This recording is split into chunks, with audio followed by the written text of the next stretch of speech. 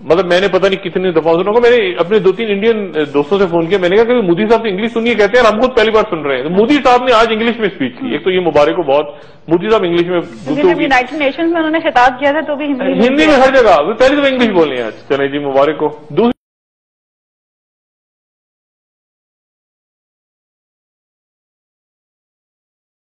آپ کو پتہ ہے ہندوستان میں جو مرضی نریندر مودی کو ہم کہہ دیں، لیکن نریندر مودی نے آتے ساتھ ہی کیا کیا، 627 نام دیے اس نے سوئٹزرلینڈ کو اور باہر بینکوں کو، کہ 627 ہندوستانیوں کے اربوں ڈالر جو باہر پڑے ہیں، انہوں نے کہا یہ ہندوستان کا پیسہ ہی واپس لایا جائے. جو بھی ہم اس کے متعلق کہیں، آدمی ایماندار ہے. اگر یہ 2 نمبر ہوتا، اس کے بھی باہر بینک اکاؤنٹ پڑے ہوتے جس طرح شریف خاندان اور زرداری خاندان کے ہیں، تو یہ بھی نریندر مودی بھی وہی کرتا جو شہباز شریف نے کیا کہ میں پیٹ پھاڑ کے پیسہ نکالوں گا. اور جب اقتدار میں آئے تو دونوں نے، آپ نے دیکھا اسکرین پہ، بھائی بھائی بنے ہوئے آپ سے ڈر کے، تحریک انصاف سے ڈر کے. تو نریندر مودی نے 627 لوگوں کے نام دیے ہیں. تو پاکستانیوں، ہمیں اپنے ہمسائے سے سیکھنا چاہیے. اس نے بڑی بڑی اور بھی چیزیں کی ہیں، میں آپ کو بتاؤں گا. جو اس نے اپنے لوگوں کے لیے بہتری کی ہے وہ ہمیں تسلیم کرنی چاہیے. لیکن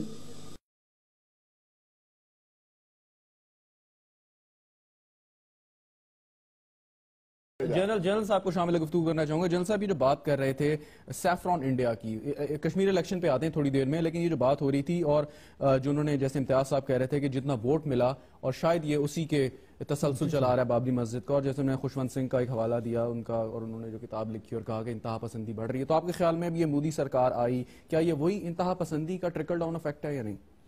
میرے خیال میں ایک تو یہ ہے بالکل اس کا بہت اثر ہوا، اور ایک لحاظ سے اس وقت ہندو نیشنلزم جو ہے وہ اپنے عروج پر ہے. لیکن اس کے ساتھ ساتھ میرے خیال میں کانگریس کی جو کارکردگی تھی وہ کافی مایوس کن تھی، اور ان کی جو قیادت تھی وہ کافی مایوس کن تھی، اور انہوں نے دیکھا کہ اس میں جان نہیں ہے، اور اس وجہ سے بھی ان کو بہت فائدہ ہوا. اور چونکہ وہاں گورننس بھی بہت خراب تھی، پالیسیز بھی کوئی اچھی نہیں تھی، تو ایک انہوں نے، عوام جو ہیں وہ تو آپ کو پتہ ہے جانچتے ہیں، اور وہ یہ سمجھتے ہیں کہ شاید یہ مودی صاحب جنہوں نے گجرات میں بڑا اچھا کام کیا تھا، تو یہ توقع ہے کہ شاید انڈیا کے لیے بھی وہ کام کریں. تو یہ کئی چیزیں تھیں میرے خیال میں جن کی وجہ سے ان کو کامیابی ہوئی.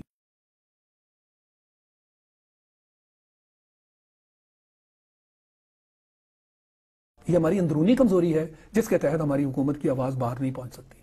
جب لوگ، عوام آپ کے پیچھے کھڑے ہوں گے، آپ کے قد میں اضافہ ہوگا، آپ کی آواز مضبوط ہوگی.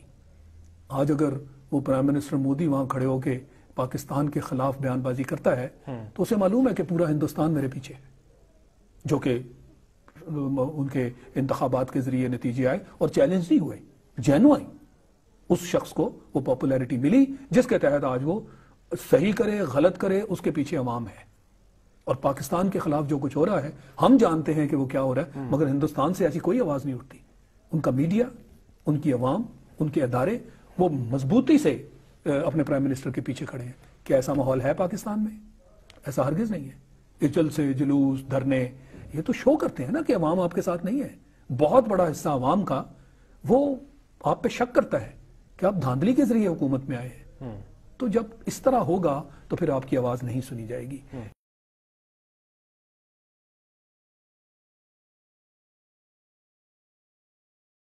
ایک سٹیٹمنٹ گزری تھی کہ مجھے کہتے ہوئے فخر محسوس ہوتا ہے کہ میں اس ملک میں رہتا ہوں جس کا صدر جو ہے وہ ایک باورچی کا بیٹا ہے اور ایک چائے بیچنے والا وزیر اعظم ہے. نہیں، پریزیڈنٹ اوباما نے کہا تھا کہ ہم دونوں ایسے ملکوں سے ہمارا تعلق ہے جن میں سے ایک میں وہ صدر ہے جس کا باپ باورچی تھا، اور دوسرے میں وہ پرائم منسٹر ہے جس کا. ٹھیک ہے، میں نے لکھا تھا کہ میرے نزدیک انڈیا کا جو دورہ تھا پریزیڈنٹ اوباما کا، اس کا یہ نچوڑ ہے. ہمارے ہاں یہ بدنصیبی کی انتہا ہے. انہوں نے جو موروثیت کی ماری ہوئی پارٹی تھی نا ان کی, نتھنگ اگینسٹ دم obviously, وہ انہوں نے نکر لگا دی. انہوں نے کہا نہیں ہمیں چاہے دیکھو اس بندے پہ کرپشن کا الزام نہیں, اس پہ قتل و غارت کا الزام ہوگا, کرپٹ نہیں ہے, تو اپنے ملک کے لیے بہترین آدمی. ہماری بدنصیبی دیکھو, ہمارے کہتے ہیں نا کمزاد فلانا دستکار, ہمارے یہاں بھی دستکار آئے نا, ان کے پاس پیسہ تو بھی کل کی بات ہے, اس سے پہلے دستکار لوگ تھے, محنت کش لوگ تھے, مزدور لوگ تھے. لیکن یہ بھی آتے ہیں تو کچھ اور لوگوں کے ساتھ مل جاتے ہیں. خوبصورتی یہ ہے کہ اگر کوئی اس درجے کا یہاں سے اٹھ کے اگر اوپر آئے, تانا تو نہیں ہے, باورچی ہونا یا چائے فروش ہونا یہ تو کوئی تانا نہیں ہے, پرووائڈیڈ آپ کے اندر کوئی کلاس ہو, آپ کے اندر کوئی انسانیت ہو. نہ اوباما پہ کوئی کرپشن کا داغ ہے, نہ مودی صاحب پہ ہے. وہ کیا فیض صاحب کا ایک مصرع ہے, دل پہ بہت داغ بجز داغ ندامت. یہ بدنصیبی ہے.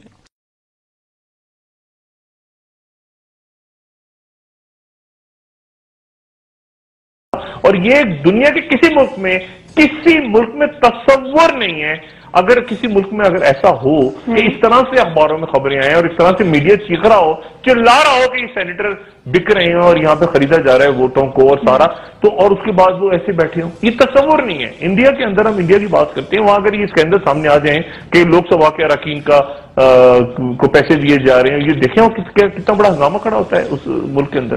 اور ابھی کسی نے مجھے ایس ایم ایس کیا کہ آپ یہ نریندر مودی کے کپڑوں کی نیلامی کے بارے میں گئے. نریندر مودی ہمیں جیسا بھی لگے اپنے ملک کے اندر جا کے دیکھیں, اس کی بہت عزت ہے.